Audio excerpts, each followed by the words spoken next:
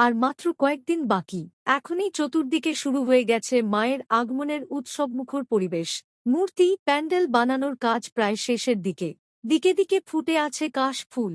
কাশ বনের দোলা, শিউলি ফুলের রূপে মনে হচ্ছে যেন রাত পোহালেই মহালয়া।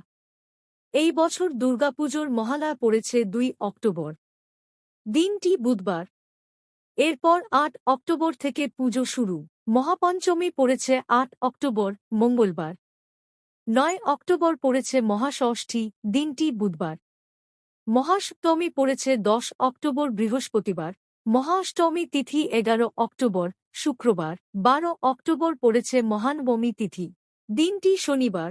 এরপর দশমী তিথি ১৩ অক্টোবর, রবিবার। এবার দেবী দুর্গার আগমন ২০২৪ সালে শাস্ত্রমতে দোলা বা পালকিতে হচ্ছে। শাস্ত্রে আছে দোলায়ং মকরং ভবেত, দোলায় আসা মকরতুল্য বা মহামারীর ইঙ্গিত।